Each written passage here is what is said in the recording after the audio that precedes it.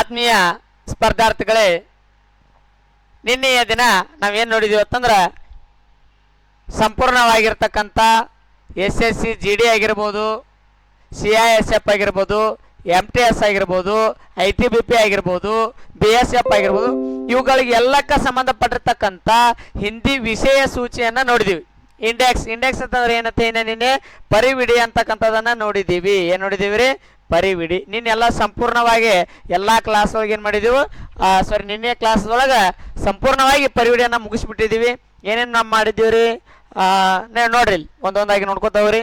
ಏನೇನು ಹೇಳಿದ್ನ, ಹಿಂದಿ ಭಾಷೆ ಆಗಿರ್ಬೋದು, ಇದ ಯಾವ ಲಿಪಿದೊಳಗೆ ಬಂದಿರತಕ್ಕಂಥದನ್ನ ನಾವೇನು ಮಾಡ್ಬೇಕಾಗಿರ್ತಿ ತಿಳ್ಕೊಬೇಕು. ಹಿಂದಿಯನ್ನ ಪ್ರತಿಯೊಂದು ಕ್ವಶನ್ ಪೇಪರನ್ನು ತೆಗೆದು ನೋಡಿದಾಗ ಹಿಂದಿ ಯಾವ ಒಂದು ಭಾಷೆಯ ಮುಖಾಂತರ ಬಂದದ ಅಂತಕ್ಕಂಥದ ಕ್ವಶನ್ ಅರೈಸ್ ಆಗ್ಯದ.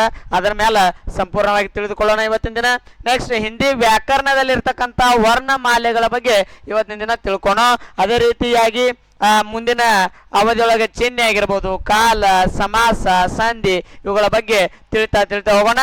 ಯಾಕಂತಂದ್ರೆ ಇದ್ರ ಬಗ್ಗೆ ಒಳ್ಳೆ ಹೇಳುವಂತ ಅವಶ್ಯಕತೆ ಇಲ್ಲ, ಯಾಕಂದ್ರೆ ನಿನ್ನೆ ಕ್ಲಾಸ್ ಇದು ಮುಗಿದ್ಬಿಟ್ಟದ.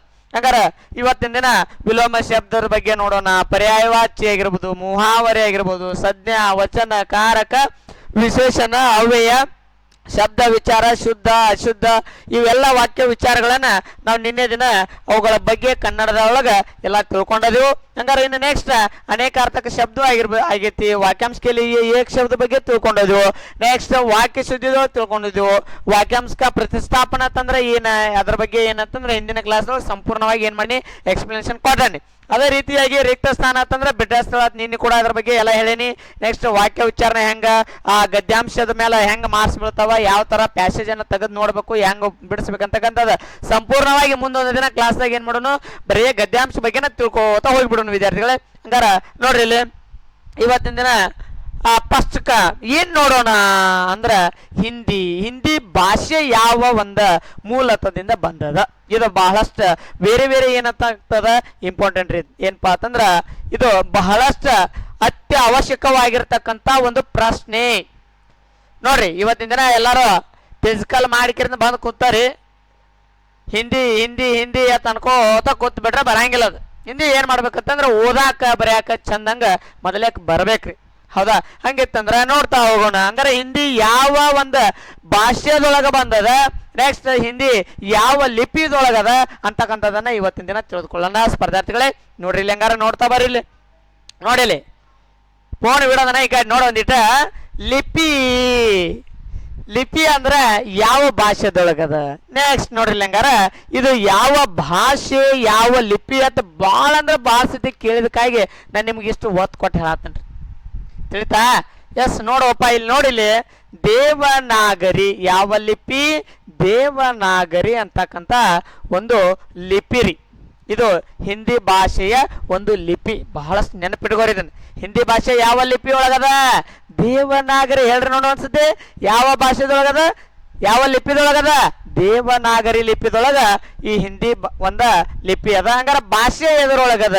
ಯಾವ ಒಂದು ಮೂಲ ಆಧಾರದ ಅದರ ಒಂದು ಅವಶೇಷಣಗಳನ್ನ ನೋಡ್ತಾ ಹೋದಾಗ ನೋಡ್ರಿ ಇಲ್ಲಿ हिंदी भाषा का इतिहास लगभग 1000 वर्ष पुराना मान गया है. संस्कृत भारत की सबसे प्राचीन भाषा है, जिसे आर्य भाषा या देव भाषा भी कहा जाता है. हिंदी इसी आर्य ಭಾಷಾ ಸಂಸ್ಕೃತಿ ಉತ್ತರಾಧಿಕಾರಿಣಿ ಮಾನಿ ಜಾತಿ ಅಂತ ಹೇಳ್ತದ. ಕನ್ನಡದೊಳಗೆ ಏನು ಹೇಳ್ಕೊಟ್ಟಾರ ಇಲ್ಲಿ?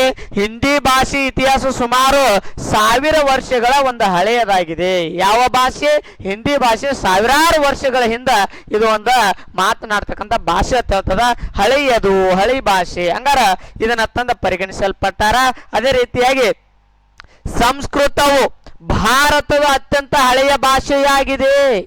ನಮ್ಮ ಭಾರತದ ಅತ್ಯಂತ ಹಳೆಯ ಭಾಷೆ ಯಾವುದಂತಂದ ನಿಮ್ಮ GK ವಿಷಯದೊಳಗೆ ಕೇಳ್ತಕ್ಕಂಥ ಪ್ರಶ್ನೆ. ಹಾಗಾದ್ರೆ ಈ GK ಸಂಬಂಧಪಟ್ಟಿರ್ತಕ್ಕಂಥ ಭಾರತದ ಅತ್ಯಂತ ಹಳೆಯ ಭಾಷೆ ಯಾವ್ದಂತ ಕೇಳ್ತಾನ. ಅದು ಯಾವ ಭಾಷೆ ಅಂತಂದ್ರ ಒಂದು ಸಂಸ್ಕೃತ ಭಾಷೆ ಆಗಿದೆ. ಯಾವ ಭಾಷೆ? ಸಂಸ್ಕೃತ ಭಾಷೆ ಆಗಿದೆ. ಹಂಗಾರ ಮುಂದೆ ನೋಡ್ರಿ, ಇದನ್ನು ಆರ್ಯ ಭಾಷೆ ಅಂತ ಕೂಡ ಕರೀತಾರ ಅಥವಾ ದೇವ ಭಾಷೆ ಅಂತ ಕೂಡ ಕರೀತಾರ. ಯಾವ ಭಾಷೆಯನ್ನ? ಈ ಸಂಸ್ಕೃತ ಭಾಷೆಯನ್ನ ಭಾರತದ ಅತ್ಯಂತ ಹಳೆಯ ಭಾಷೆ ಅಂತ ಕೂಡ ಕರೀತಾರ. ಅದೇ ರೀತಿಯಾಗಿ ಇದನ್ನ ಏನೇನು ಕರಿಬಹುದು ಅಂತಂದ್ರ ಆರ್ಯ ಭಾಷೆ ಅಂತ ಕೂಡ ಸಂಸ್ಕೃತ ಒಂದು ಭಾಷೆಯನ್ನು ಕರೀತಾರ. ಅದರ ಜೊತೆಗೆ ದೇವ ಭಾಷೆ ಅಂತ ಕೂಡ ಕರೀತಾರ. ಸ್ಪರ್ಧಾರ್ಥಿಗಳಿಗೆ ಚೆನ್ನಾಗಿ ತಿಳ್ಕೋರಿ, ಲಕ್ಷ ಕೊಟ್ಟು ಕೇಳ್ಬೇಕ್ರಿ. ಎಸ್ ನೋಡ್ರಿ, ಅದೇ ರೀತಿಯಾಗಿ ಹಿಂದಿಯನ್ನು ಈ ಆರ್ಯ ಭಾಷೆ ಸಂಸ್ಕೃತದ ಉತ್ತರಾಧಿಕಾರಿ ಎಂದು ಪರಿಗಣಿಸಲಾಗಿದೆ. ನೋಡ್ರಿ, ಇಲ್ಲಿ ನೆನಪಿಟ್ಕೋರಿ, ಹಿಂದಿ ಭಾಷೆ ಯಾವ ಲಿಪಿಯೊಳಗದ ಅದನ್ನ ಕೇಳ್ತಾನ, ದೇವನಾಗರಿ. ಇದು ನೆನಪುಳಿತ. ಹಂಗಾರೆ ಹಿಂದಿ ಸಾವಿರಾರು ವರ್ಷಗಳ ಹಿಂದೆ ಬಂದಿರತಕ್ಕಂಥ ಈ ಭಾಷೆ ಆಗಿದೆ. ಇದರ ಜೊತೆಗೆ ಹಿಂದಿ ಅಂತಕ್ಕಂಥದ್ದು ಸಂಸ್ಕೃತ ಈ ಭಾಷೆ ಭಾರತದ ಅತ್ಯಂತ ಹಳೆಯ ಭಾಷೆ ಸಂಸ್ಕೃತ ಭಾಷೆ ಅದ. ಇದರೊಳಗಿರ್ತಕ್ಕಂಥ ಈ ಆರ್ಯ ಭಾಷೆ ಅಥವಾ ದೇವ ಭಾಷೆ ಈ ಭಾಷೆದೊಳಗೆ ಉತ್ತರಾಧಿಕಾರಿ ಅಂತಂದ್ರ ಮೊದಲನೇದಾಗಿ ಬರ್ತಕ್ಕಂಥ ಭಾಷೆ ಯಾವುದು? ಇದರ ಉಪಭಾಷೆ ಉತ್ತರಾಧಿಕಾರಿ ಹಿರಿಯ ಭಾಷೆ ಅಂತಕ್ಕಂಥದ ಯಾವ್ದ್ರಿ? ಇದು ಹಿಂದಿ ಭಾಷೆ ಆಗಿದೆ. ಎದರೊಳಗಿಂದ ಈ ಆರ್ಯ ಭಾಷೆ ಅಂದ್ರೂ ಒಂದ, ಅಥವಾ ದೇವ ಭಾಷೆ ಅಂದ್ರೂ ಒಂದ, ಅಥವಾ ಸಂಸ್ಕೃತ ಅಂತಂದ್ರೂ ಕೂಡ ಒಂದ. ಈ ಸಂಸ್ಕೃತದ ಉತ್ತರಾಧಿಕಾರಿ ಭಾಷೆಯಾಗಿ ಪರಿಗಣಿಸಲ್ಪಟ್ಟಿದೆ. ಅದೇ ರೀತಿಯಾಗಿ ಈ ಲಿಪಿ ಯಾವ ಲಿಪಿದೊಳಗದ ಅಂದ್ರೆ ದೇವನಾಗರಿ. ನೆನಪಿಟ್ಕೋರಿ, ತಿಳಿತಾ? ಹಂಗಾರ ಮುಂದೆ ಹೋಗೋಣ. ಎಸ್ ನೋಡ್ರಿ, ಹಂಗಾರ ಮುಂದೆ ಹೋಗೋಣ. ಹಿಂದಿ ವ್ಯಾಕರಣದಲ್ಲಿ ಇರ್ತಕ್ಕಂಥ ಮೊದಲೇ ವರ್ಣಮಾಲೆಗಳ ಬಗ್ಗೆ ತಿಳ್ಕೊಂಡು ವಿದ್ಯಾರ್ಥಿಗಳು ನೋಡ್ರಿ. ವರ್ಣಮಾಲೆ ಅಂತಂದ್ರೆ ಯಾರ ಹೇಳ್ರಿ? ನೋಡ್ ಬರಾಬರ್ ಕಮೆಂಟ್ ಹಾಕ್ರಿ, ಬರಾಬರ್ ಕಮೆಂಟ್ ಹಾಕ್ಬೇಕ್ರಿ. ವರ್ಣಮಾಲೆ ಅಂತಂದ್ರೆ ಏನ ಹಿಂದಿದೊಳಗೆ ಕೇಳ್ತಾನ. ಹಂಗಾದ್ರ ಒಂದು ಸಮೂಹ ಅಥವಾ ಒಂದು ಗುಂಪು ಅಂತಂದ ನಾವು ಕನ್ನಡದೊಳಗೆ ಕರಿತೀವಿ. ಗೊತ್ತೈತಿಲ್ಲ ಅದಾರ ಕನ್ನಡದ? ಎಸ್. ಹಂಗಾದ್ರ ಕನ್ನಡಕ್ಕೆ ಮತ್ತೆ ಹಿಂದಿಗೆ ಬಹಳಷ್ಟು ಅಜಗಜಾಂತರ ಏನು ವ್ಯತ್ಯಾಸ ಇಲ್ಲ. ಸ್ವಲ್ಪ ಏನೈತ ಅಂತಂದ್ರ ಸ್ವಲ್ಪ ವ್ಯತ್ಯಾಸ ಆಗ್ತದ. ಹಿಂದಿದೊಳಗೆ ಎರಡ ಭಾಗ ಮಾಡ್ಕೋತೀವಿ, ಆದ್ರ ಕನ್ನಡದೊಳಗೆ ವರ್ಣಮಾಲೆಗಳನ್ನ 3 ಭಾಗ ಮಾಡ್ತೀವಿ. ನಿಮ್ಗೆ ಗೊತ್ತದ ಆಲ್ಮೋಸ್ಟ್ ಎಲ್ಲರಿಗೂ.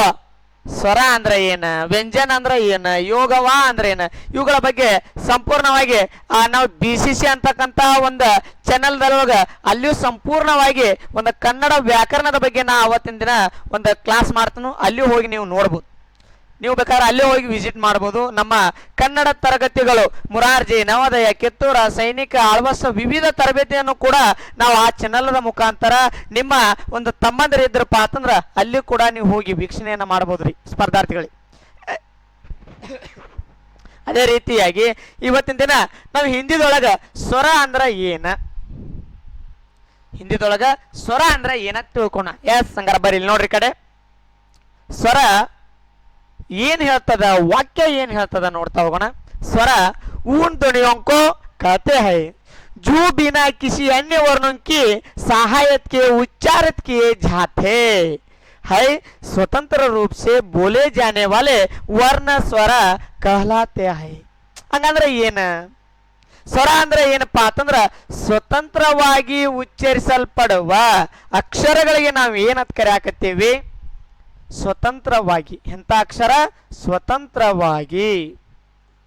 ಸ್ವತಂತ್ರವಾಗಿ ಕರೆಯಲ್ಪಡುವ, ಸ್ವತಂತ್ರವಾಗಿ ಉಚ್ಚರಿಸಲ್ಪಡುವ ಅಕ್ಷರಗಳಿಗೆ ನಾವು ಏನಂತ ಕರಿತಾ ಇದ್ದೀವಿ? ಸ್ವರ ಅಂತ ಕರಿತೀವ್ರಿ. ಏನಂತ ಕರಿತೀವಿ? ಸ್ವರ. ಹಂಗಾದ್ರೆ ಒಂದು ಎಕ್ಸಾಂಪಲ್ ಹೇಳ್ತೀನಿ ಕೇಳ್ರಿ. ಅಲ್ಲಿ ಅ ಅನ್ರಿ ನೋಡಪ್ಪ. ಅ ಏನನ್ರಿ? ಅ. ನೆಕ್ಸ್ಟ್ ಅದೇ ರೀತಿಯಾಗಿ ಆ ಅನ್ರಿ ನೋಡೋಣ. ಆ. ನೆಕ್ಸ್ಟ್ ಈ ಏನ್ರಿ ನೋಡೋಣ. ಈ. ಹಂಗಾದ್ರೆ ಇವು ಎಲ್ಲ ಎಂಥ ಅಕ್ಷರ? ಸ್ವರಗಳು ರೀ. ಇವೆಲ್ಲ ಎಂಥ ಅಕ್ಷರ ಹೇಳ್ರಿ? ಸ್ವರಗಳು ಅದಾವ. ಹಂಗಾದ್ರ ಅ ಅಂತಕ್ಕಂಥದ್ದು ಒಮ್ಮೆ ನೀ ಅನ್ನಕ್ಕೆ ಸ್ಟಾರ್ಟ್ ಮಾಡಿ ಅಂದ್ರೆ ನಿನ್ನ ಉಸಿರು ನಿಲ್ಲುವರೆಗೂ ಅದು ಅನ್ನೋದು ಕೇಳಿಸೈತಿ. ವಾಪಸ್ ನಿನ್ರಿ ಕಿವಿಗೆ ಒಂದ್ಸತಿ ಅನ್ನ ನೋಡೋನು. ಅ ಸಾಕಿನ ನೋಡಿಲ್.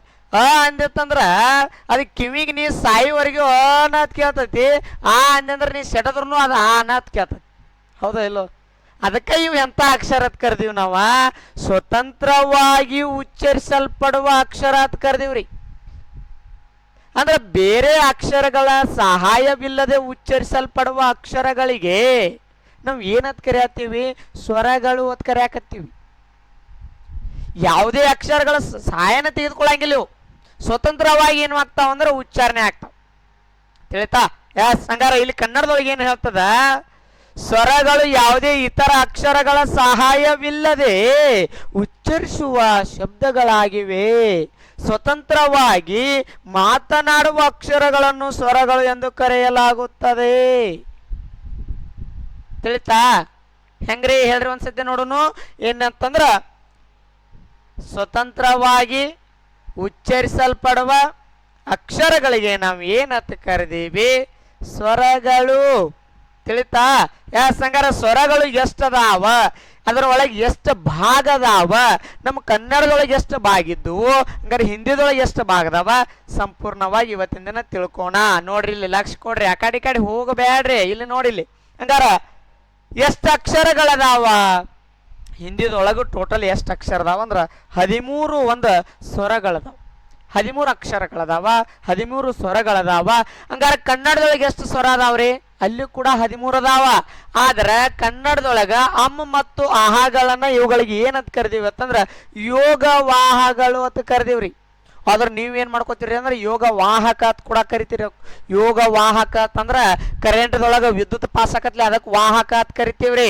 ಅದ್ ಲಕ್ಷ ಇರ್ಬೇಕು, ಚೆನ್ನಾಗಿ ತಿಳ್ಕೊಂಡಿರ್ಬೇಕ. ಬಟ್ ಬ್ಯಾರೆ ಏನ್ರ ವಾಹಕ ಅಂತ ಮಾಡಿಬಿಡ್ತೀರಿ. ವಾಹಕ ಬರಿಬೇಡ್ರಿ, ತಿಳ್ಕೊರಿ. ಇಲ್ಲಿ ಕನ್ನಡದೊಳಗ ಆದ್ರೂ ಕೂಡ ಯೋಗ ವಾಹಗಳು, ಯೋಗವಾಹಗಳು, ವಾಹಕ ಅಲ್ಲ. ವಾಹಕ ಅಂತೂ ಅಲ್ಲ. ವಾಹಕ ಅಂತಂದ್ರ ವಿದ್ಯುತ್ ಒಳಗಿರ್ತಕ್ಕಂಥ ತಂತಿ ಹರಿವಿಕೆಗೆ ನಾವ್ ಏನಂತ ಕರಿತೀವಿ ಅಂತಂದ್ರೆ ವಾಹಕ ಅಂತ ಕರಿತೀವಿ. ಆದ್ರೆ ಯೋಗವಾಹಗಳು ಇದು ಕನ್ನಡದೊಳಗೆ ಬರ್ತಾವ್ರಿ, 2 ಅಮ್ಮ ಮತ್ತು ಅಹ. ಆದ್ರೆ ಹಿಂದಿದೊಳಗೆ ಸ್ವರದೊಳಗ ಮಾಡ್ಕೊಂಡೀವಿ ನಾಮ ಮತ್ತು ಅಹಗಳನ್ನ. ಏನ್ ಮಾಡ್ಕೊಂಡೀವಿ? ಹಿಂದಿದೊಳಗ ಅಮ್ಮ ಮತ್ತು ಅಹಗಳನ್ನ ಇಲ್ಲೇ ಮಾಡ್ಕೊಂಡೀವಿ. ತಿಳಿಯಾತತ್ರಿ? ಎಸ್. ಹಂಗಾರೆ ಯಾವ್ಯಾವ? ಅ, ಆ, ಇ, ಈ, ರು, ಉ, ಊ, ಎ, ಐ, ಓ, ಔ. ಇಲ್ಲಿ ಎ, ಎ, ಓ, ಓ ಬರ್ದಿಲ್ಲ. ಹೌದ್ರ ಬದ್ಲಿ ಇಲ್ಲಿ ಏನ್ ಬರ್ತಾವ ಅಂತಂದ್ರೆ 2 ಅಕ್ಷರ ಕೂಡಿ ಎ, ಐ, ಓ, ಔ.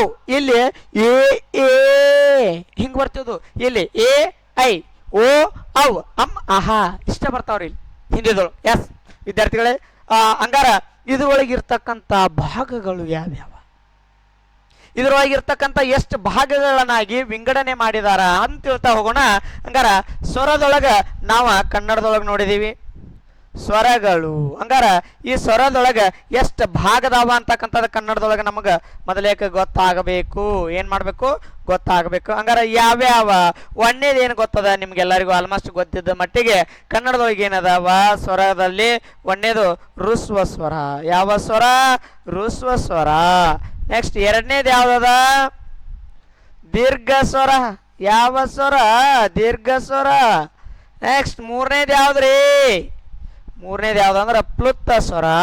ಯಾವ ಸ್ವರ? ಪ್ಲುತ್ತ ಸ್ವರ. ಹಂಗಾರ ಕನ್ನಡದೊಳಗೆ ನಿನಗೆ ಗೊತ್ತಾದ ಮಟ್ಟಿಗೆ ಇಲ್ಲಿ ಬರ್ದೇನೆ ಋಸ್ವ ಸ್ವರ, ದೀರ್ಘ ಸ್ವರ, ಪ್ಲುತ್ತ ಸ್ವರ ಅಂತಕ್ಕಂಥದ್ದು ನಿನಗೆಲ್ಲರಿಗೂ ಗೊತ್ತದ. ಹಂಗಾದ್ರೆ ಇಲ್ಲಿ ನೋಡ್ತಾ ಹೋಗೋಣ ಹಿಂದಿದೊಳಗೆ ಏನ್ ಡಿಫ್ರೆಂಟ್ ಅದ. ಹಿಂದಿದೊಳಗೆ ಏನ್ ಡಿಫ್ರೆಂಟ್ ಅದ ಇಲ್ಲಿ ನೋಡ್ರಿ. ಸ್ವರೋं की 3 भेद होते हैं. ಸ್ವರಗಳಲ್ಲಿ 3 ವಿಧಗಳು. ಇಲ್ಲಿ ಕೂಡ ಹಿಂದಿದೊಳಗ ಏನು ವ್ಯತ್ಯಾಸ ಇಲ್ಲ. ಸ್ವರದೊಳಗೆ ಎಷ್ಟು ಭೇದಗಳು, ಎಷ್ಟು ಪ್ರಕಾರಗಳು. ಹಂಗಾದ್ರ ಎಷ್ಟು ಪ್ರಕಾರಗಳದಾವ ಸ್ವರಗಳಲ್ಲಿ ಕೂಡ? 3. ಎಷ್ಟ್ರಿ? 3 ಪ್ರಕಾರಗಳಿವೆ. ಎಸ್. ಹಂಗಾದ್ರ ಯಾವ್ಯಾವ? ಒಂದೇದು ಋಸ್ವ ಸ್ವರ. ಕನ್ನಡದಗೂ ಕೂಡ ಒಂದೇದೇನ್ರಿ? ಋಸ್ವ ಸ್ವರ. ಎರಡನೇದು ಏನ? ದೀರ್ಘ ಸ್ವರ. ಯಾವ ಸ್ವರ? ದೀರ್ಘ ಸ್ವರ. ಈ ದೀರ್ಘ ಸ್ವರದೊಳಗ ಸಂಯುಕ್ತ ಸ್ವರ ಅಂತ ಬರ್ತದ, ಇನ್ನೊಂದು ಸಜಾತಿ, ವಿಜಾತಿ. ಸಜಾತಿ, ಇನ್ನೊಂದು ಯಾವ್ದ್ರಿ? ವಿಜಾತಿ ಅಂತಕ್ಕಂಥದ. ಎರಡನ್ನ ನಾವೇನ್ ಮಾಡ್ಕೋತೀವಿ ಅಂದ್ರೆ ಹಿಂದಿದೊಳಗ ವಿಂಗಡಣೆ ಮಾಡ್ಕೋತೀವಿ. ಏನ್ ಮಾಡ್ಕೋತೀವ್ರಿ? ವಿಂಗಡಣೆಯನ್ನಾಗಿ ಮಾಡ್ಕೋತೀವಿ. ಹಂಗಾರ ಮೂರನೇದು ಯಾವ್ದ? ಪ್ಲುತ್ವ ಸ್ವರ. ಯಾವ ಸ್ವರ? ಪ್ಲುತ್ತ ಸ್ವರ. ಸೇಮ್ ಪ್ಲುತ್ತ ಸ್ವರ. ಕನ್ನಡದೊಳಗೂ ಸೇಮ್, ಹಿಂದಿದೊಳಗೂ ಸೇಮ್. Same same. ಎಸ್. ನೀವ ಹೇಳ್ರಿ ಅಲ್ಲೇ ಸೇಮ್ ಸೇಮ್. ಎಸ್. ಹಂಗಾರ ಸ್ವರೋं के 3 भेद होते हैं. ಸ್ವರಗಳಲ್ಲಿ 3 ವಿಧಗಳು. ಯಾವ್ಯಾವ? ಋಸ್ವ ಸ್ವರ, ದೀರ್ಘ ಸ್ವರ, ನೆಕ್ಸ್ಟ್ ಪ್ಲುತ ಸ್ವರ. ದೀರ್ಘ ಸ್ವರದೊಳಗ ಮತ್ತೆ ಎರಡು ಭಾಗ, ಒಂದು ಸಜಾತಿ ಇನ್ನೊಂದು ವಿಜಾತಿ. ಎಸ್, ಹಂಗಾದ್ರ ಇವುಗಳ ಬಗ್ಗೆ ಸಂಪೂರ್ಣವಾಗಿ ಹ್ರಸ್ವ ಸ್ವರ ಅಂದ್ರ ಏನ, ದೀರ್ಘ ಸ್ವರ ಅಂದ್ರ ಏನ, ಸಜಾತಿ ಅಂದ್ರ ಹೆಂಗ, ವಿಜಾತಿ ಅಂದ್ರ ಏನ, ನೆಕ್ಸ್ಟ್ ಅದರ ಜೊತೆಗೆ ಪ್ಲುತ ಸ್ವರವನ್ನ ಎಲ್ಲೆಲ್ಲಿ ಉಪಯೋಗ ಮಾಡ್ತೀವಿ ಇದರ ಬಗ್ಗೆ ಸಂಪೂರ್ಣವಾಗಿ ಈಗ ತಿಳ್ತಾ ಹೋಗೋಣ. ನೋಡ್ರಿ ಹಂಗಾರ, ಅದಕ್ಕಿಂತ ಮುಂಚೆ ಹಿಂದಿ ವ್ಯಾಕರಣದ ವರ್ಣಮಾಲೆಗಳು. ಹಿಂದಿ ವ್ಯಾಕರಣದ ವರ್ಣಮಾಲೆಗಳು ಯಾಸ್ ನಿಮ್ಮನ್ನ ಬಹಳಷ್ಟು ಎಲ್ಲಾ ಬುಕ್ನ್ಯಾಗ ಒಂದೊಂದು ಈಟ್ ಕೆರೆಯಿಂದ ಹೊಲಸಿಡಿಸಿಬಿಟ್ಟಾರ. ಅದಕ್ಕಾಗಿ ಕರೆಕ್ಟಾಗಿ ಹಿಂದಿ ಅಕ್ಷರ ಎಟ್ಟದಾವತ್ತ ಕೇಳ್ತಾನ್ರಿ. ಅಂಕ್ಲಿಪ್ದಾಗ 54 ಕೊಟ್ಟಾನ, ಒಂದ್ರೊಳಗೆ 50 ಕೊಟ್ಟಾನ, ಒಂದ್ರೊಳಗೆ 49 ಕೊಟ್ಟಾನ.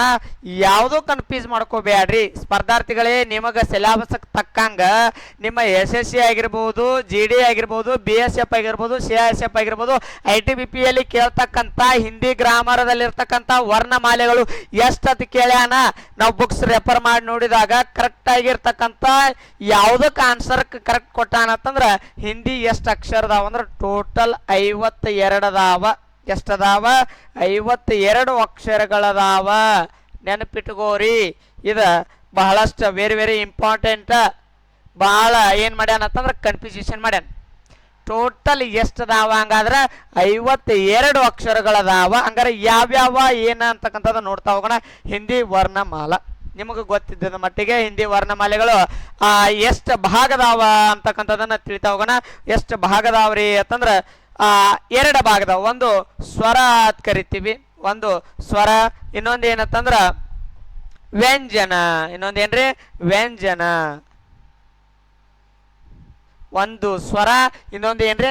ವ್ಯಂಜನಾಕ್ಷರಗಳು. ಹಂಗಾರ ಸ್ವರಗಳು ಯಾವ್ಯಾವ? ಸ್ವರಗಳು ಯಾವ್ಯಾವ ಅಂತಂದ್ರ ಒಂದೇದು ಈ ಸ್ವರದೊಳಗ ಮತ್ತ ಭಾಗಗಳನ್ನ ಮಾಡ್ತೀವಿ. ಯಾವ್ಯಾವ ಅಂದ್ರ ಒಂದು ಹ್ರಸ್ವ ಸ್ವರ, ಇನ್ನೊಂದು ದೀರ್ಘ ಸ್ವರ ಅಂತ ಅವಾಗಲೇ ಹೇಳಿದ್ದೀನಿ. ಹಂಗಾರ ದೀರ್ಘ ಸ್ವರಗಳು ಯಾವ್ಯಾವ, ಹ್ರಸ್ವ ಸ್ವರ ಅಂತಕ್ಕಂಥ ಯಾವ್ಯಾವ ಇಲ್ಲಿ ನೋಡ್ಕೊರಿ. ಸಣ್ಣ ಯಾವ್ಯಾವ ಬರ್ತಾವ್ರಲ್ಲಕ್ಕೋ?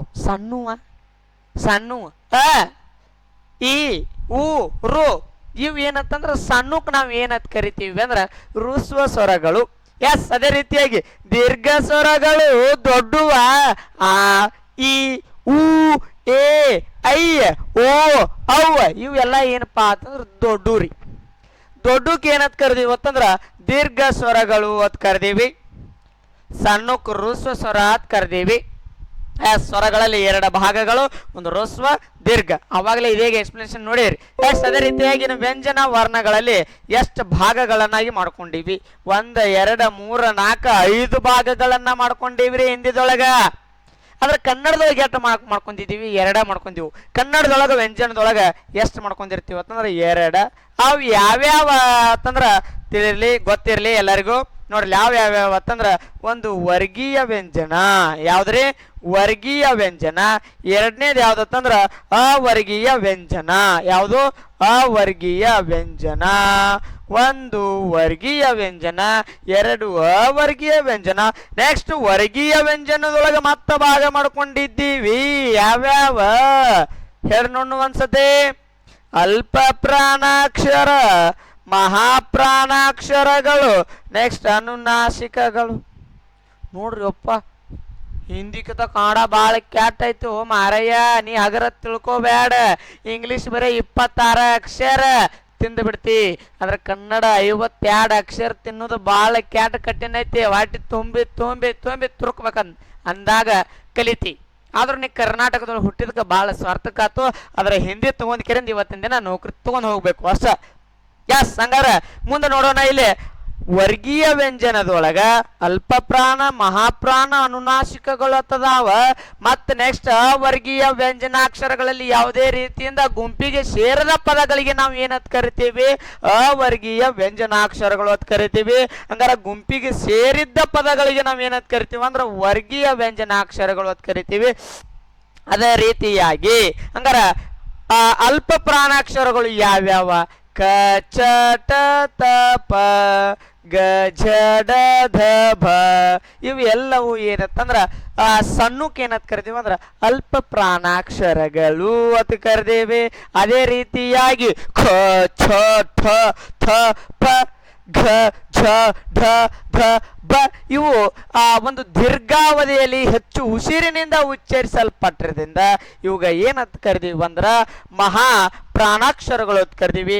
ನ್ಯ ಯ ನ ನ ಮ ಇವೆಲ್ಲ ಏನಂತಂದ್ರ ಮೂಗಿನ ಸಹಾಯದಿಂದ ಉಚ್ಚರಿಸತಕ್ಕಂಥ ಅಕ್ಷರಗಳಿಗೆ ನಾವು ಏನಂತ ಕರಿದೀವಿ, ಅನುನಾಸಿಕಗಳು ಅಂತ ಕರಿದೀವಿ. ಅವರ್ಗೀಯ ವ್ಯಂಜನಾಕ್ಷರಗಳು ಯರಲವ ಶಳ 9 ಅದಾವ, ಹಿಂದಿದೊಳಗು 9 ಅದಾವ. ಆದ್ರ ಇಲ್ಲಿ ಭಾಗಗಳನ್ನ ಮಾಡ್ಕೊಂಡೀವಿ. ಹಂಗಾರ ಯಾವ್ಯಾವ ನೋಡ್ರಿ ಇಲ್ಲಿ ಸರಿಯಾಗಿ ಈ ವ್ಯಂಜನ ವರ್ಣದಲ್ಲಿ 5 ಭಾಗಗಳನ್ನ ಮಾಡಿಕೊಂಡೀವಿ. ಅವು ಯಾವ್ಯಾವ ಅಂತಂದ್ರ ಒಂದು ಸ್ಪರ್ಶಾಕ್ಷರಗಳು ಅಂತಂದ್ರ ಟೋಟಲ್ ಬತ್ರಿ. ಟೋಟಲ್ ಎಲ್ಲ ವ್ಯಂಜನಗಳು ಬಂದು ಅದ್ರೊಳಗೆ ಭಾಗ ಮಾಡ್ಕೊಂಡಿವಿ. ಮತ್ತ ಅದ್ರೊಳಗೆ ಯಾವ್ಯಾವ ಅಂತಂದ್ರ ಅಂತಸ್ಥ ಅಂತ ಕರಿತೀವಿ, ನೆಕ್ಸ್ಟ್ ಊಷ್ಮಾಕ್ಷರಗಳು ಅಂತ ಕರಿತೀವಿ, ಸಂಯುಕ್ತಾಕ್ಷರಗಳು ಅಂತ ಕರಿತೀವಿ, ನೆಕ್ಸ್ಟ್ ಆಘತ ಅಂತಕ್ಕಂಥ ಅಕ್ಷರಗಳನ್ನ ಕರಿತೀವಿ. ಹಂಗಾರೆ ಯಾವ್ಯಾವ ನೋಡ್ರಿ ಇಲ್ಲಿ ಸ್ಪರ್ಶಾಕ್ಷರಗಳು ಖ ಖ ಘ ಗನ್ಯ, ನೆಕ್ಸ್ಟ್ ಚ ಚ ಜ ಜಯ, ನೆಕ್ಸ್ಟ್ ಠ ಠ ಡ ಡ ನ, ತ ತ ದ ದ ನ, ಪ ಪ ಬ ಬ ಮ, ನೆಕ್ಸ್ಟ್ ಇಲ್ಲಿ ಏನ್ ಬರ್ತಾವ ಅಂದ್ರ ಢ ಅಂತಕ್ಕಂಥದ್ದು ಬರ್ತದ, ಠ ಅಂತಕ್ಕಂಥದ್ದು ಬರ್ತದ. ನೆಕ್ಸ್ಟ್ ಹಂಗಾರ ಇದರೊಳಗಿರ್ತಕ್ಕಂಥ ಅಂತಸ್ಥ ಅಂತಂದ್ರ ಒಳಗಿಂದ ಬರ್ತಕ್ಕಂಥ ಅಕ್ಷರ ನೋಡ್ರಿ. ಯ ರ ಅಂದ್ರ ಹೊಟ್ಟೆ ಉದರದಿಂದ ಬರ್ತಕ್ಕಂಥ ಅಕ್ಷರಗಳು ಅವು ಯಾವ ಅಂತಂದ್ರ ಯ ರ ಲ ವ. ಇವು ಎಷ್ಟಂದ್ರ 4 ಅಕ್ಷರಗಳು. ಎದರಿಂದ ಬರ್ತಾವ ಅಂದ್ರ ಹೊಟ್ಟೆಯ ಜೋಶ್ ಒಳಗಿಂದ ಯ ರ ಲ ವ ಹಿಂಗ ನೋಡ್ರಿ ಇಲ್ಲಿ ಯ ರ ಲ ವ ಹಿಂಗ್ ಬಂದು. ಇನ್ನು ಅದೇ ರೀತಿಯಾಗಿ ಉಷ್ಮಾಕ್ಷರಗಳು ಯಾವ ಅಕ್ಷರಗಳು ಉಷ್ಮಾಕ್ಷರಗಳು ಬರೇ ಉಸ್ ಉಸ್ ಉಸ್ ಅತ್ತ ಹೆಂಗ ನೋಡ್ರಿ ಇಲ್ಲಿ ಶ ಶ ಸ ಹ ಎಲ್ಲ ಏನಪ್ಪಾ ಅಂತಂದ್ರೆ ಶಬ್ದ ಮಾಡ್ತಾವೆ. ಶಬ್ದ ಮಾಡೋದ್ರಿಂದ ಇವಕ್ಕೆ ಏನಂತ ಕರಿತೀವಿ ಉಷ್ಮಾಕ್ಷರ. ಇನ್ನು ಸಂಯುಕ್ತ ಅಕ್ಷರಗಳು ಕ್ಷ ತ್ರ ಜ್ಞ ಸ್ರ ಇದ್ರೊಳಗೆ ಯಾವ ಕೂಡ್ಯಾವ ಅಂದ್ರ ಕ್ಷ ಅದ್ರೊಳಗೆ ಏನು ಕೂಡೈತೆ ಅಂದ್ರ ಒತ್ತಕ್ಷರ ಕೂಡ್ಯಾವ. ನೆಕ್ಸ್ಟ್ ತ್ರ ತ ಪ್ಲಸ್ ರ ಕೂಡ್ಯದ. ನೆಕ್ಸ್ಟ್ ಜ್ಞ ಜ ಪ್ಲಸ್ ಯ ಕೂಡ್ಯದ. ನೆಕ್ಸ್ಟ್ ರ ಸ ರ ಕೂಡ್ಯದ. ಹಂಗಾರ ಇವುಗಳು ಏನಪ್ಪಾ ಅಂತಂದ್ರ ಕೂಡಿದ್ದರಿಂದ ಇವು ಜಾಯಿಂಟ್ ಆಗುವ ಒಂದು ಅಕ್ಷರಗಳಾಗಿರೋದ್ರಿಂದ ಇವಕ್ಕೆ ಏನಂತ ಕರಿದೀವಿ ಅಂತಂದ್ರ ಸಂಯುಕ್ತ ಸ್ವರಗಳು ಅಂತ ಕರಿ ಸಂಯುಕ್ತ ವ್ಯಂಜನಗಳು ಅಂತ ಕರಿದೀವಿ. ಅದೇ ರೀತಿಯಾಗಿ ಆಘತ ಅಂದ್ರ ಬಿಂದು. ಆಗತ ಅಂತಂದ್ರೆ ಏನ್ರಿ ಬಿಂದು. ಇಲ್ಲಿ ನೋಡಿ ಜ ಪ ಹಿಂಗ ಅನ್ನೋದು ಹೆಂಗ ಇಲ್ಲಿ ಏನಂತ ಕರಿತೀವಿ ಅಂದ್ರೆ ಜ.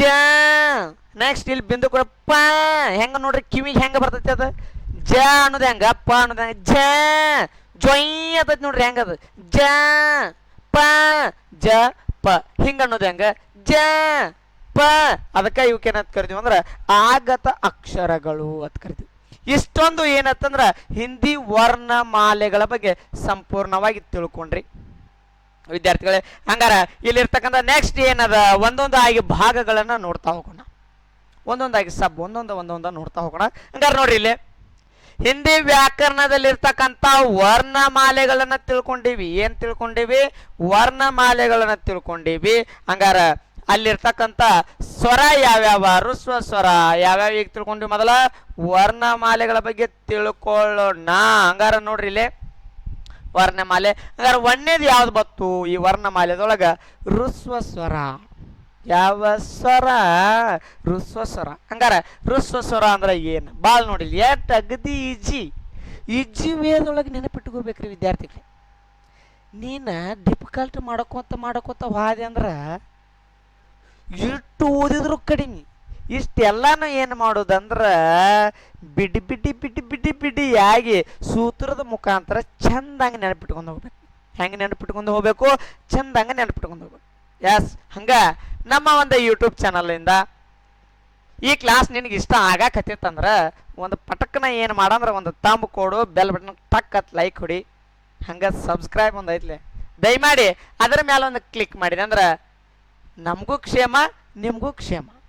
ನಿಮಗೂ ಒಳ್ಳೇದು, ನಮಗೂ ಒಳ್ಳೇದು. ನಿಮ್ಮ ಉಡುಗೊರೆ ನಮಗೆ, ನಮ್ಮ ಉಡುಗೊರೆ ನಿಮಗೆ. ಇಷ್ಟೇ ಸ್ವೀಕರಿಸ್ತಾ ಹೋಗ್ಬೇಕು. ಹೋಗುತ್ನಾಗ ಏನು ಹೊತ್ಕೊಂಡು ಹೋಗಂಗಿಲ್ಲ. ಎಸ್ ವಿದ್ಯಾರ್ಥಿಗಳೇ, ನೋಡ್ರಿ ಹಂಗಾರ ಮುಂದೆ ನೋಡ್ತಾ ಹೋಗೋಣ. वह स्वर जिनको सबसे कम समय में उच्चारित किया जाता है ह्रस्व स्वर कहलाता है. ಏನು ಹೇಳ್ತದೆ ಅಂದ್ರ ಕಡಿಮೆ ಸಮಯದಲ್ಲಿ ಉಚ್ಚರಿಸಲ್ಪಡುವ ಅಕ್ಷರಗಳಿಗೆ ನಾವು ಏನಂತ ಕರಿತೀವಿ ಅಂದ್ರ ಋಸ್ವ ಸ್ವರ ಅಂತ ಕರಿತೀವಿ. ಯಾವ ಸ್ವರ? ಋಸ್ವ ಸ್ವರ ಅಂತ ಕರಿತೀವ್ರಿ. ಯಾವ ಸಮಯದೊಳಗ? ಕಡಿಮೆ ಸಮಯದಲ್ಲಿ ಉಚ್ಚರಿಸುವ ಪದಗಳಿಗೆ ನಾವು ಏನಂತ ಕರಿದೀವಿ ಅಂದ್ರ ಋಸ್ವ ಸ್ವರ ಅಂತ ಕರಿದೀವಿ. ಹಂಗಾರ ಯಾವ್ಯಾವ ಅ ಈ ಉ ರು ಇವೇನಂತಂದ್ರ ಕಡಿಮೆ ಸಮಯದಲ್ಲಿ ಉಚ್ಚರಿಸಲ್ಪಡುವ ಅಕ್ಷರಗಳಿಗೆ ನಾವು ಏನಂತ ಕರೆದೀವ್ರಿ? ಋಸ್ವ ಸ್ವರಗಳು ಅಂತ ಕರೆದೀವಿ. ವಿದ್ಯಾರ್ಥಿಗಳ ಸ್ಪರ್ಧಾಳಿ ಚಂದಂಗ ಗಮನ ಇಟ್ಟು ಚಂದಂಗ ಈ ಕ್ಲಾಸ್ ಕೇಳಿರಿ ಅಂದ್ರ 1ರಿಂದ 2 ಮಾರ್ಕ್ಸ್ ನಿಮ್ಮ ಕಿಶೆದೊಳಗೆ. ನನಗೆ ಇಲ್ಲಿ ಕಿಶೆ, ನಿಮ್ಮ ಕಿಶೆದೊಳಗ ತಿಳಿತಾ? ಎಸ್, ಹಂಗಾದ್ರ ಮುಂದೆ ನೋಡ್ತಾ ಹೋಗ್ರಿ. ಮುಂದಿನ ಋಸ್ವ ಸ್ವರ ಮುಗಿತ್ತು. ಋಸ್ವ ಸ್ವರ ತಿಳಿದತ್ತೆ ತಂದ್ಕೊಂಡ ನೀ. ಕಡಿಮೆ ಸಮಯದಲ್ಲಿ ನೋಡ್ರಿ ಇಲ್ಲಿ ಅ ಇ ಉ ರು ಅಂದ್ರ ವಿದಿನ್ ಸೆಕೆಂಡ್ದಾಗ ಆ ಉಚ್ಚಾರಣೆ ಆಗಿಬಿಡ್ತಾವ. ಅದಕ್ಕೋಸ್ಕರ ಇವೆಲ್ಲವೂ ಕಡಿಮೆ ಸಮಯ ತೆಗೆದುಕೊಂಡು ಉಚ್ಚರಿಸಲ್ಪಟ್ಟಿರ್ತಕ್ಕಂಥ ಅಕ್ಷರಗಳಿಗೆ ನಾವು ಋಸ್ವ ಸ್ವರ ಅಂತ ಕರೆದೀವಿ ಸ್ಪರ್ಧಾರ್ಥಿಗಳೇ. ಅದೇ ರೀತಿಯಾಗಿ ಮುಂದೆ ನೋಡೋಣ. दीर्घ स्वर. ಯಾವ ಸ್ವರ? दीर्घ स्वर. दीर्घ स्वर ಏನ್ ಹೇಳುತ್ತ? ಈಜಿ. वह स्वर जिनको बोलने में ऋस्व स्वरों में अधिक समय लगता है जैसे आ ई उ. ಅಷ್ಟೇ ನೋಡ್ರಿ. ಅದಕ್ಕಿಂತ ತಿಳ್ಕೊರಿ. ಸಣ್ಣ ಹೆಂಗಿದ್ದು ಆಗ ಅ ಆ ಇ ಇಷ್ಟ ಇದ್ದು. ಆದ್ರೆ ಇದು ಆ ಈ ನೋಡ್ರಿ ಅದಕ್ಕಿಂತ ಹೆಚ್ಚಿನ ಸಮಯ ತೆಗೆದುಕೊಂಡು, ಹಂಗಾರ ಹೆಚ್ಚು ಸಮಯ ತೆಗೆದುಕೊಂಡು ಉಚ್ಚರಿಸಲ್ಪಡುವ ಅಕ್ಷರಗಳಿಗೆ ನಾವು ಏನಂತ ಕರೆದೀವಿ? ದೀರ್ಘ ಸ್ವರಗಳು. ಏನಂತ ಕರೆದೀವ್ರಿ? ದೀರ್ಘ ಸ್ವರಗಳು. ಎಸ್, ನೆನಪಿಟ್ಕೋಬೇಕು, ಚಂದಂಗ ನೆನಪಿಟ್ಕೋಬೇಕು. ದೀರ್ಘ ಸ್ವರಗಳು, ದೀರ್ಘ ಸ್ವರಗಳು. ಹಂಗಾರ ಈ ದೀರ್ಘ ಸ್ವರಗಳಲ್ಲಿ 2 ಭಾಗಗಳದಾವ. ಯಾವ್ಯಾವ ನೋಡ್ರಿ ಇಲ್ಲಿ? ಸಂಯುಕ್ತ ಸ್ವರ, ವಿಜಾತಿ ಸ್ವರ. ಸಂಯುಕ್ತ ಸ್ವರಗಳಲ್ಲಿ ಇವು ಹೆಂಗ ಭಾಗ ಆದವು? ಹಂಗಾರ ಈ ವಿಜಾತಿದೊಳಗೆ ಯಾವ ತರನಾಗಿ ಭಾಗ ಆಗಾಕತ್ಯಾವ, ಯಾವ ತರನಾಗಿ ಒಡೆಯಾಕತ್ಯಾರ ಸಂಪೂರ್ಣವಾಗಿ ತಿಳಿದುಕೊಳ್ಳೋಣ. ಯಾವ ಸಜಾತಿಗಳು ಯಾವ ವಿಜಾತಿಗಳು ಅಂತಕ್ಕಂಥ ತಿಳ್ಕೋತ ಹೋಗೋಣ. ಅ ಕೂಡಿಸಿದಾಗ ಆ ಆಗೇತ. ನೆಕ್ಸ್ಟ್ ಈ ಕೂಡಿಸಿದಾಗ ಏನಾಗೈತಿ? ಈ ಆಗೈತಿ. ನೆಕ್ಸ್ಟ್ ಉ ಕೂಡಿದಾಗ ಏನಾಗ್ಯದ? ದೊಡ್ಡ ಊ ಆಗ್ಯದ. ನೋಡ್ರಿ ಇಲ್ಲಿ ಅ ಕೂಡಿ ಆ ಆತು, ಈ ಕೂಡಿ ಈ ಆತು, ಉ ಕೂಡಿ ಊ. ಸಂಗಾರ ಇವಕ್ಕೆ ಏನಂತ ಕರೆದೀವಿ ಅಂದ್ರ ಸಂಯುಕ್ತ ಸ್ವರಗಳು, ಅಂದ್ರ ಸಜಾತಿ ಸ್ವರಗಳು. ಯಾವ ಸ್ವರಗಳು? ಸಜಾತಿ ಸ್ವರಗಳು ಅಂದ್ರು ಒಂದ, ಸಂಯುಕ್ತ ಸ್ವರಗಳು ಅಂದ್ರು ಒಂದ. ಯಾವ ಸ್ವರಗಳು? ಸಜಾತಿ ಸ್ವರಗಳು. ಸಜಾತಿ ಸ್ವರಗಳು ನೆನಪಿಟ್ಟುಕೋರಿ. ಸಜಾತಿ ಸ್ವರಗಳು ಅಂದ್ರ ಅದರದೇ ಆಗಿರ್ತಕ್ಕಂಥ, ಅದರ ಮುಂದೆ ಅವ ಅಕ್ಷರ ಬಂದ ಕೂಡಿರ್ತಕ್ಕಂಥ ಅಕ್ಷರಗಳಿಗೆ ನಾವು ಏನಂತ ಕರಿತೀವಿ? ಸಜಾತಿ ಸ್ವರಗಳು ಅಂತ ಕರಿದೀವಿ. ಇನ್ನ ವಿಜಾತಿಗಳು ಯಾವ ತರನಾಗಿ ಆಗ್ಯಾವ? ಯಾವ ಸ್ವರಗಳು? ವಿಜಾತಿ ಸ್ವರಗಳು. ಯಾವ ಸ್ವರಗಳು? ವಿಜಾತಿ ಸ್ವರಗಳು. ವಿಜಾತಿ ಸ್ವರಗಳು. ವಿಜಾತಿ ಸ್ವರಗಳು. ಎಸ್, ಹಂಗಾರ ವಿಜಾತಿ ಸ್ವರಗಳು ಯಾವ್ಯಾವ ನೋಡ್ರಿ.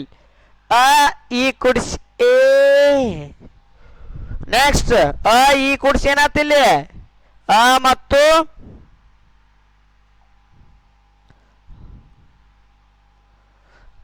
ಈ ಕೂಡಿ ಎ ಆಯ್ತು.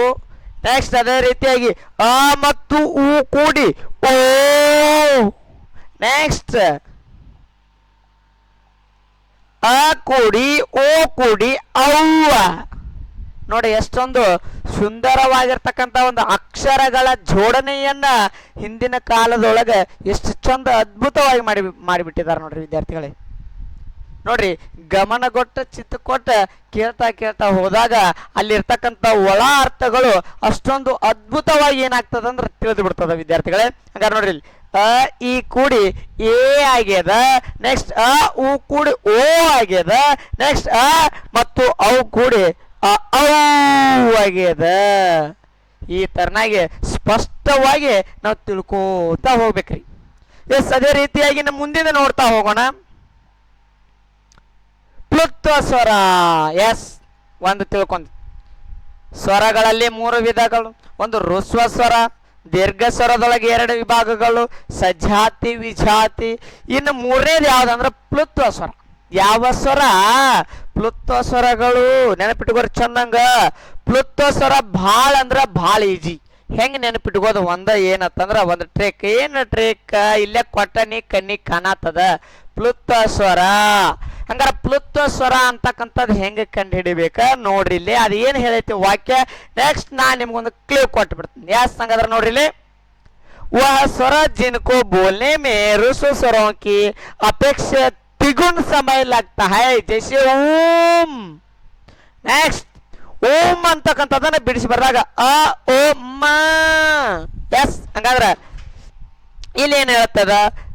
ನೀ ಒಂದು ಸ್ಥಳದೊಳಗ ಇನ್ನೊಬ್ಬೊಂದು ಸ್ಥಳದೊಳಗಿದ್ದಾಗ ಅವನ್ ಹೆಂಗ ಕರಿತೀರಿ ಅಂದ್ರ ಏ ರಾಮ ಅಂತ ಕರಿತಿ, ಏ ಕೃಷ್ಣ ಅಂತ ಕರಿತಿ. ಅಂತ ಸಂದರ್ಭದೊಳಗ ಏನು ಉದ್ಭವ ಆಗ್ತದಂದ್ರ ತಿಗುಣ ಸಮಯ ಲಗ್ತಾಯಿ ಅಂದ್ರ 3 ಪಟ್ಟು ಉಚ್ಚಾರಣೆ ಆಗ್ತಾವ್ರಿ ಅಕ್ಷರಗಳು.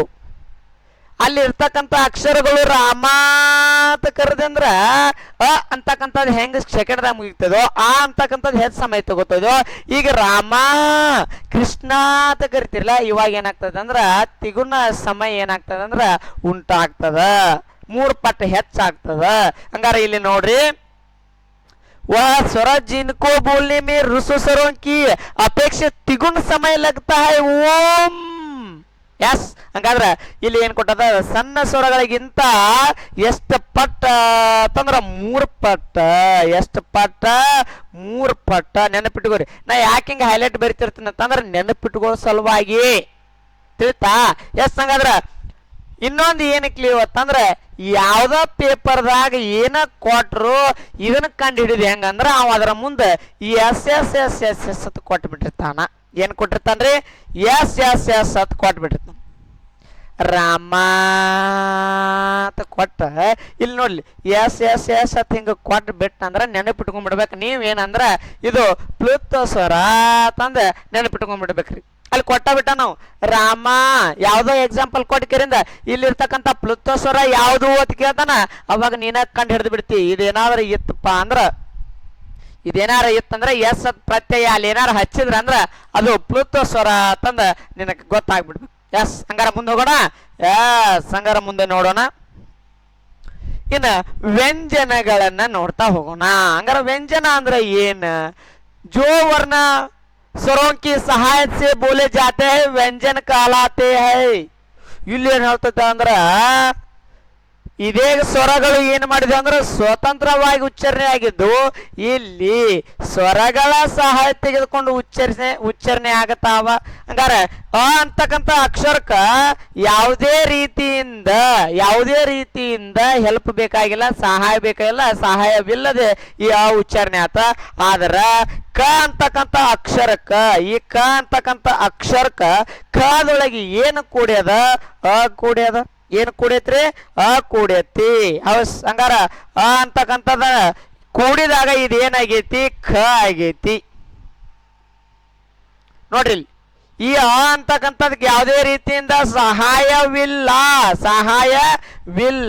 ಹಂಗಾರ ಸಹಾಯವಿಲ್ಲ ಅಂತಂದಾಗ ಕಕ್ ಯಾಕೆ ಸಹಾಯದ, ಎದರ ಯಾವ ಅಕ್ಷರಗಳ ಸಹಾಯದ, ಸ್ವರಗಳ ಸಹಾಯದ.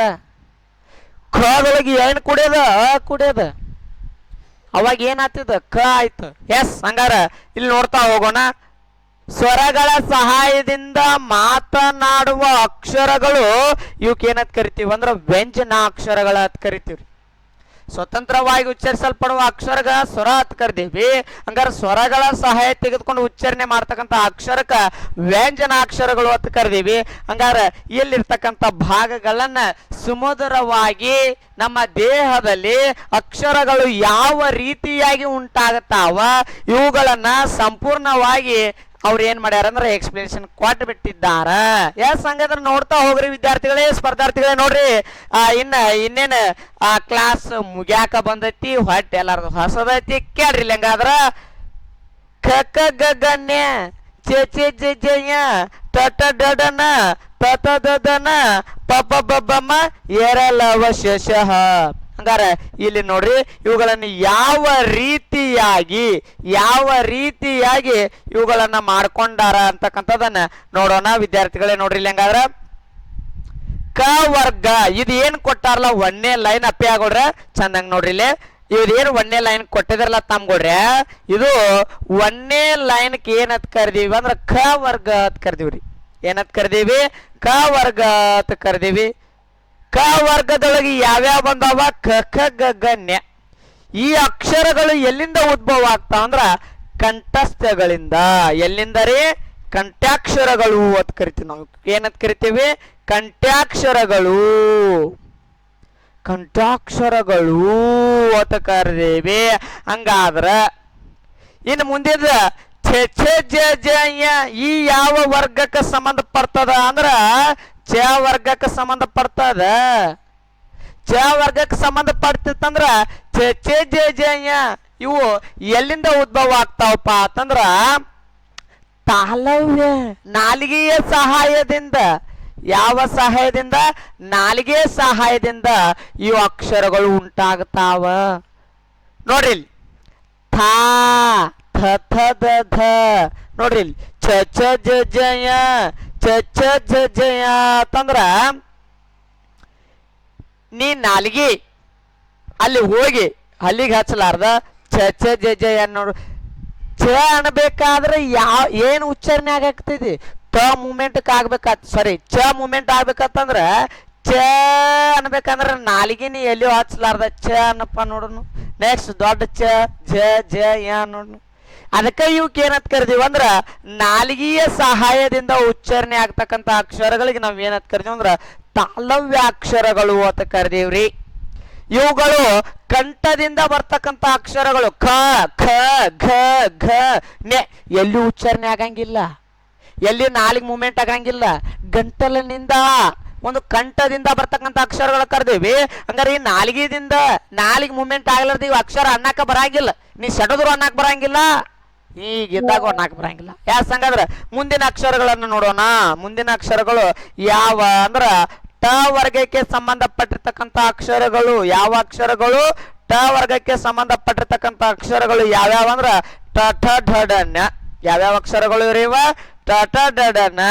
ಇವಕ್ಕೆ ಏನಂತ ಕರಿದೀವ ಅಂದ್ರ ಮೃದನ್ಯ. ತಬಲಾ ನುಡಿಸ್ತಿರ್ತಿಲ್ಲ, ಮೃದನ್ಯ ಟ ಟ ಡ ಡ ನ. ನೋಡ್ರಿ ಅದ್ ಎಷ್ಟ್ ಚಂದ ಆ ತಂತಿ ಸಿತಾರವನ್ನೇ ನುಡಿಸಿದ ಹೆಂಗತ್ತತ್ಲೆ ಆ ತರನಾಗಿ ಇವ ಉಚ್ಚಾರಣೆ ಆಗ್ತಕ್ಕಂಥ ಅಕ್ಷರಗಳು ಈ ಯಾವ ವರ್ಗಕ್ಕೆ ಸೇರ್ಯಾವಂದ್ರ ಟ ವರ್ಗಕ್ಕೆ ಸೇರಿದ್ದಾವ. ಅದೇ ರೀತಿಯಾಗಿ ಮುಂದಿನ ನೋಡ್ರಿ ತ ವರ್ಗಕ್ಕೆ ಸೇರ್ತಕ್ಕಂಥ ಅಕ್ಷರಗಳು ಇವು ಏನ ತ ಥ ಧ ದ ನ. ದಂತ್ಯಾಕ್ಷರಗಳು ಅಂತ ಕರಿತೀವ್ರಿ ನಾವು. ಯಾವ ಅಕ್ಷರಗಳು, ದಂತ್ಯಾಕ್ಷರಗಳು. ಈ ದಂತ್ಯಾಕ್ಷರಗಳಿಗೆ ನೀ ಹಲ್ಲಿಗೆ ಹಚ್ಚಲಾರ್ದ ತ ತ ದ ಧ ನ ನೋಡುನು. ತ ಅನ್ಬೇಕಾದ್ರ ಹಲ್ ಬೇಕ. ತ ಥ ಧ ಧ ನ ಹಂಗ ಅನ್ನಕ್ ಹೋದ ತ್ರಾಸ ಆಕತಿ, ಅನ್ನಕ್ ಹೋಗ್ಬೇಡ. ಎಸ್ ಹಂಗಾರ ಮುಂದೆ ನೋಡೋಣ. ಪ ವರ್ಗಕ್ಕೆ ಸಂಬಂಧಪಟ್ಟಿರ್ತಕ್ಕಂಥ ಅಕ್ಷರಗಳಿಗೆ ಓಷ್ಟಯ ಅಂತ ಕರಿತೀವಿ. ಭಾಳ ಏನಪ್ಪಾ ಅಂದ್ರೆ ಒತ್ತು ಕೊಟ್ಟಿರ್ತೀವಿ ನೋಡಿ. ಫ ಫ ಭ ಭ ನೋಡ್ರಿ ಮ ಇವು ಎಂತಾವತ್ತಂದ್ರ ಓಷ್ಟೆಯ ಒತ್ತು ಕೊಟ್ಟು ಓದುವಂತ ಅಕ್ಷರಗಳು. ಹೆಂಗ ಒತ್ತು ಕೊಟ್ಟು ಓದುವಂತ ಅಕ್ಷರಗಳಿಗೆ ಇವಕ್ಕೇನಂತ ಕರೀತೀವಿ ಅಂದ್ರೆ ಓಷ್ಟೆಯ ಅಂತ ಕರಿದೇವಿ. ನೆಕ್ಸ್ಟ್ ಯ ವರ್ಗಕ್ಕೆ ಸೇರಿರ್ತಕ್ಕಂಥ ಅಕ್ಷರಗಳು ಏರಲವ ಏರಲವ ಅಷ್ಟರಿ ಅಂದ್ರ ಅಂತಸ್ಥ ಅಂತ ಕರಿದೀವಿ. ಎರಲವ ಹೊಟ್ಟೆ ಉದರದಿಂದ ಅಂತಸ್ಥ, ಹೊಟ್ಟೆ ಸಹಾಯದಿಂದ ಯ ರ ಲ ವ ಇವು ಏನಂತಂದ್ರ ಅಂತಸ್ಥ ಅಕ್ಷರಗಳು ಅಂತ ಕರಿತೀವಿ. ತದನಂತರ ಉಷ್ಮಾಕ್ಷರಗಳು ತಾಗ ಕರ್ದೀನಿ. ಶ ಶ ಸ ಇವೇನಪ್ಪಾ ಅಂತಂದ್ರ ಸೌಂಡ್ ಮಾಡ್ತಾವ. ಶ ಸ ಸ ಸ ಅಂತಕ್ಕಂಥ ಸೌಂಡ್ ಮಾಡೋದರಿಂದ ಇವಕ್ಕೆ ಏನಂತ ಕರಿತೀವಿ ಉಷ್ಮಾಕ್ಷರಗಳು, ಸೌಂಡ್ ಮಾಡುವಂತ ಅಕ್ಷರಗಳು. ಇನ್ ನೆಕ್ಸ್ಟ್ ಸ್ರ ತ್ರ ಜ್ಞ ಸ್ರ ತ್ರ ಜ್ಞ ಇವು ಏನಂತಂದ್ರ ಸಂಯುಕ್ತ ವ್ಯಂಜನಾಕ್ಷರಗಳು. ಅಂದ್ರ ಇದ್ರೊಳಗೆ ಏನದಾವ ಅಂದ್ರ ಒತ್ತಕ್ಷರ ಅದಾವ. ಸ್ರ ಶ ರ ತ್ರ ಥ ರ ಜ್ಞ ಯ ಯ ಅಂತಕ್ಕಂಥವ ಇಲ್ಲಿ ಏನದಾವ ಒತ್ತಕ್ಷರ ಅದಾವ. ಹೌದಾ? ಈ ರೀತಿಯಾಗಿ ನಾವು ವ್ಯಂಜನಾಕ್ಷರಗಳಲ್ಲಿ ಅವುಗಳನ್ನ ಬಿಡಿ ಬಿಡಿಯಾಗಿ ಖ ವರ್ಗ ಠ ವರ್ಗ ಚ ವರ್ಗ ಟ ವರ್ಗ ಥ ವರ್ಗ ಪ ವರ್ಗ ಯ ವರ್ಗ ಇವುಗಳಿಗೆ ಸಂಪೂರ್ಣವಾಗಿ ವಿಭಾಗಗಳನ್ನ ಮಾಡಿಕೊಂಡು ಯಾವ್ಯಾವ ಭಾಗದಿಂದ ಯಾವ್ಯಾವ ನಮ್ಮ ದೇಹದಲ್ಲಿ ಅಂಗಾಂಗಗಳಿಗೆ ಹೋಲಿಸಿಕೊಂಡು ಇವುಗಳನ್ನ ಏನ್ ಮಾಡಿದ್ದಾರ ಸಪ್ರೇಟ್ ಮಾಡಿ ವಿಂಗಡಣೆಯನ್ನ ಮಾಡಿದ್ದಾರ. ಎಸ್, ಇಲ್ಲಿಗೆ ಸಂಪೂರ್ಣವಾಗಿರ್ತಕ್ಕಂಥ ವರ್ಣಮಾಲೆಗಳ ಬಗ್ಗೆ ಇಂಡೆಕ್ಸ್ ಆಯ್ತು. ಅಲ್ಲಿರ್ತಕ್ಕಂಥ 1ನೇ ಚಾಪ್ಟರ್ ವರ್ಣಮಾಲೆಗಳ ಬಗ್ಗೆ ಸಂಪೂರ್ಣವಾಗಿ ತಿಳಿತು. ಇನ್ನು ಹೆಚ್ಚಿನ ಮಾಹಿತಿಗಾಗಿ ನಿನಗೆ ಏನಾದರೂ ಆ ವಿಷಯ ಸೂಚಿ ಏನಾದ್ರೂ ಬೇಕಾತಂದ್ರ ಈ ನಂಬರ್ಗೆ ಕಾಂಟ್ಯಾಕ್ಟ್ ಮಾಡ್ರಿ. ಯಾವ ನಂಬರ್ ಇಲ್ಲಿ ತಗೋ 7482888689. ಬಹಳ ಆತ್ಮೀಯ ಕರ್ನಾಟಕದ ಸ್ಪರ್ಧಾರ್ಥಿಗಳು ಅನಂತರ ಎಲ್ಲಿ ಹೋಗ್ಯಾರಿ, ಯಾವ ಯೂಟ್ಯೂಬ್ ಚಾನಲ್ ಮಾಡಾಕತ್ತೀರಿ, ನಮ್ಗೆ ಕಾಣವಲ್ರಿಗಿರಿ ಅಂತ ಭಾಳ ಕೆಟ್ಟ ತಲೆ ತಿನ್ನಾಕ್ತಿದ್ರಿ. ಗೊತ್ತಾದವ್ರು ನಿಮ್ಮ ದೋಸ್ತರಿಗೆಲ್ಲ ಶೇರ್ ಮಾಡಿರಿ ಅಂತಂದ್ರೆ ಮತ್ತೆ ನಮ್ಮ ಅವರ ಭೇಟಿ ಏನಾಗ್ಬೋದು ಅಂದ್ರ ಪರಿಚಯ ಆಗವ ಒಂದು ಸಾಧ್ಯತೆ ಅದ. ಅದನ್ನ ಎಲ್ಲರೂ ಕೂಡಿ ಗೊತ್ತಿದ್ದವ್ರು ಏನ್ ಮಾಡ್ರಿ ಅಂದ್ರೆ ಗೊತ್ತಿಲ್ದವ್ರಿಗೆ ಶೇರ್ ಮಾಡಿ ಮತ್ತಟ ಒಂದ್ ಪುಣ್ಯ ಕಟ್ಕೋರಿ ಅಂತಕ್ಕಂಥ ಮಾತಾ ಹೇಳ್ತಾ ಇಲ್ಲಿಗೆ ಈ ಕ್ಲಾಸ್ ಮುಗಿಸ್ತಾ ಇದ್ದೀನಿ. Thank you, one and all. ಜೈ ಹಿಂದ್.